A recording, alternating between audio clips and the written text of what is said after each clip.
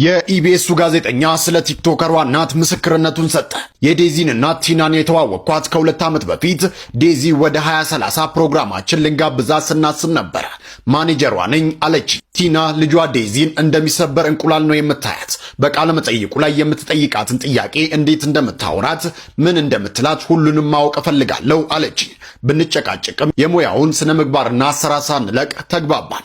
በመጨረሻም ከአንድም 2 ጊዜ ያማረ ቃለ መጠይቅ አደረግን።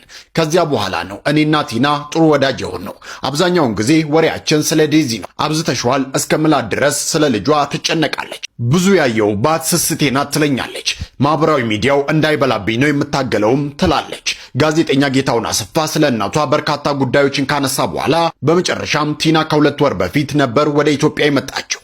ያመጣውልህ ነገር አለ ላገኘ ስትለኝ እኔ ደግሞ ከሀገር ለመውጣት በረራ የማደርግበት ቀን በመቃረቡ በስራ ስለተጠመድኩ ቀጠሮ ከያዝን በኋላ በይቅርታ ሰረስኩ ይላል። ስትመለስ እንገናኛለን፣ ሬስቶራንት ለመክፈት እያሰብኩ ስለሆነ አብረን እንመርቀዋለን ብላ ከትህትናዋ ጋራ የድምፅ ምልክት ላከችልኝ። ይህን እየጠበቅኩኝ ዛሬ ማረፏን ሰማሁ። እጅግ በጣም አስደንጋጭና አሳዛኝ መርዶ ነው። ቲና በጣም ትሁት፣ ሰው አክባሪ፣ በልጆቿ የማትደራደር እውነተኛ እናት ነበረች። ፈጣሪ ነፍሷን በሰላም ያሳርፍልን።